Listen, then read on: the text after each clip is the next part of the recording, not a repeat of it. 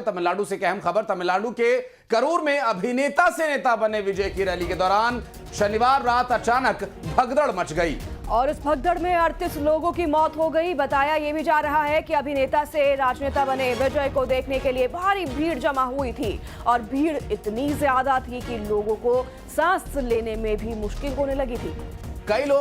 कई कार्यकर्ता बेहोश होकर वहां पर गिरने लगे और ये हादसा उस वक्त हुआ जब टीवी के प्रमुख विजय मंच से संबोधित कर रहे थे और हालात बिगड़ता देख विजय ने भाषण रोक दिया और लोगों से शांति बनाए रखने की अपील भी की।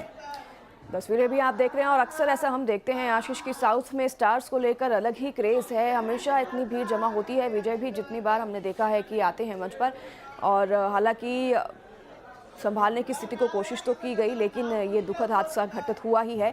भाषण छोड़कर विजय निकल भी गए मंच से। घायलों से मिलने की अब जहमत तक उन्होंने नहीं उठाई है, वो अभी भी गायब हैं। घायलों से मिलने, उनका हालचाल पूछने भी नहीं पहुंचे हैं।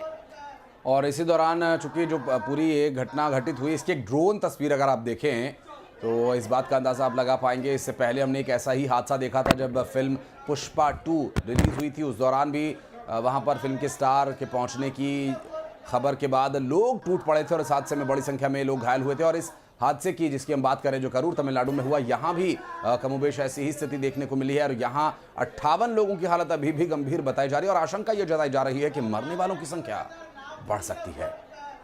मुख्यमंत्री स्टालिन भी घटनास्थल पर अब जाएंगे, ये उन्होंने अब कहा है और घायलों से उनका हालचाल जानेंगे। ये भी आपको बता दें कि ये हादसा क्यों हुआ।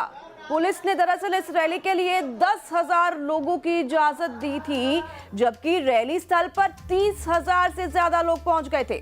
दरअसल एक्टर विजय को देखने के लिए लोग काफी समय से इंतजार कर रहे थे, लेकिन विजय निर्धारित समय से 6 घंटे देरी से पहुंचे और इस 6 घंटे के दौरान लोगों का जमावड़ा लगता गया, लोग बढ़ते गए और भीड़ बढ़ती गई।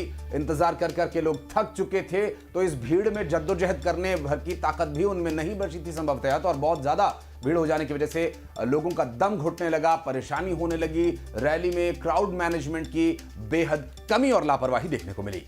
तो वहीं आपको बता दें कि इस हादसे ने यह बड़ा सवाल भी खड़ा कर दिया है कि इतने बड़े पैमाने पर आयोजित राजनीतिक आयोजन में सुरक्षा और भीड़ प्रबंधन की पर्याप्त तैयारी क्यों नहीं की जाती। और अक्सर हम देखते हैं कि ऐसी घटनाएं होती हैं, फिर चाहे वो क्रिकेट एसोसिएशन हो, राजनीतिक आयोजन हो या फिर स्टार के आयोजन हो, हर बार ऐसी तस्वीरें सामने आती है, लेकिन कोई भी मैनेजमेंट देखने नहीं मिलता। तो वहीं मुख्यमंत्री स्टालिन हादसे को लेकर गृह मंत्रालय से तमिलनाडु सरकार से रिपोर्ट मांगी है। गृह मंत्रालय ने अब तमिलनाडु सरकार से कह दिया है कि इस पर रिपोर्ट देनी है। दरअसल ये हादसा हुआ और बचाव के लिए क्या इंतजाम किए गए, रिपोर्ट में सवाल पूछे गए हैं रिपोर्ट के लिए और तमिलनाडु सरकार को इस बारे में रिपोर्ट गृह मंत्रालय को सौंपनी होगी।